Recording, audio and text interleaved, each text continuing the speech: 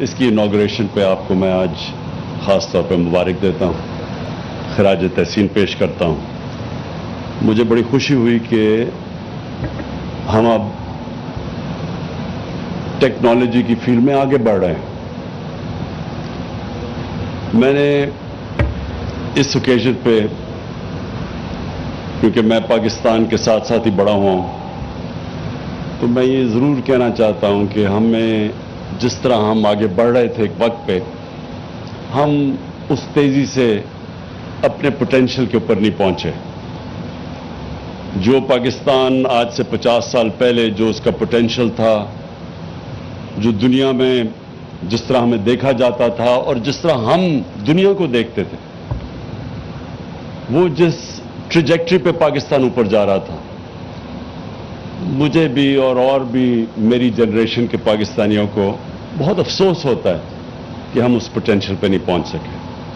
اور اس کی بہت بڑی وجہ یہ تھی کہ ہم بجائے اپنے پوٹینشیل کے اوپر اعتماد رکھتے ہوئے، اپنے پیروں پہ کھڑے ہو کے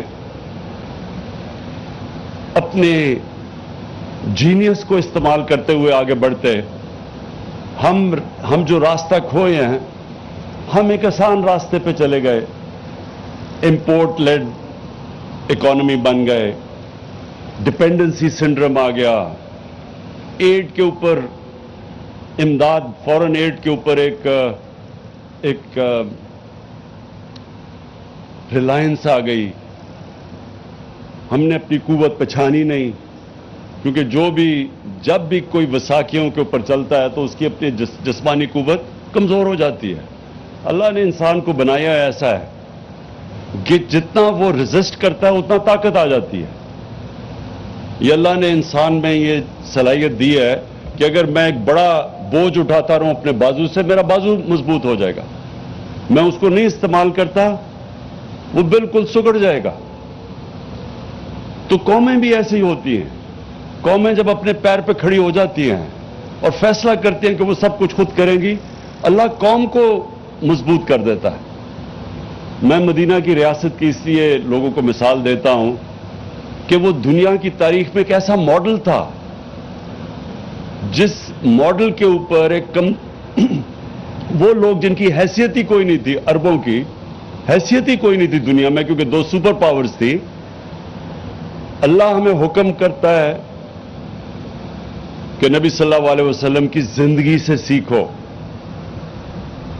تو ان کی جو زندگی تھی، ایک تو ان کا اپنا کیریکٹر تھا، جو بھی ان کے کیریکٹر کے اوپر چلے گا وہ عظیم انسان بن جائے گا۔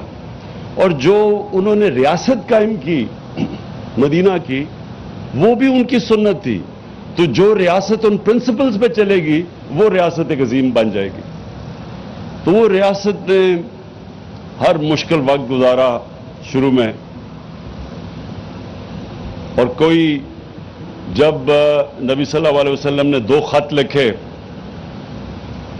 ایک بیزنٹائن ایمپرر سیزر کو اور دوسرا پرشین ایمپرر کو، 6028 اور 6029 میں، تو انہوں نے امداد نہیں مانگی ان سے۔ انہوں نے یہ نہیں کہا کہ ہمارے حالات بہت برے ہیں، ہمیں قرضے دے دو۔ انہوں نے اناؤنس کیا کہ میں اللہ کا پیغام لے کے آ رہا ہوں دنیا میں، حق کا، رائے حق، چلو گے تو آپ کا فائدہ ہے۔ اور ایک خوددار قوم کھڑی کی۔ اور پھر دنیا کی تاریخ، یہ ہیومن ہسٹری میں صرف ایک ہی پیغمبر کا، جس دن وہ پیدا ہوئے، جس دن دنیا سے گئے، صرف ایک پیغمبر کا سارا دنیا کی تاریخ میں پورا ریکارڈ ہے۔ اور وہ بھی ریکارڈ ہے کہ وہ دیکھتے دیکھتے وہ قوم، اس نے دنیا کی امامت کی۔ تو میں آج مجھے جو خوشی ہو رہی ہے آج یہاں، کہ یہ اب پھر سے کوشش ہو رہی ہے کہ ہم اپنے پیر پہ کھڑے ہوں۔ یہ صرف یہ نہیں کہ آپ نے اس ٹیکنالوجی کا استعمال کیا اور اب 12 شپس کو ہم کر سکیں گے، اور 7400 ٹن کی شپ کو شپ لفٹ کر سکیں گے۔ یہ ایک پروگریس ہے، ایک ٹیکنالوجی کا استعمال کر کے اپنا ملک کا پیسہ بچانا ہے۔ جو آپ نے کہا کہ یہی چیزیں اب باہر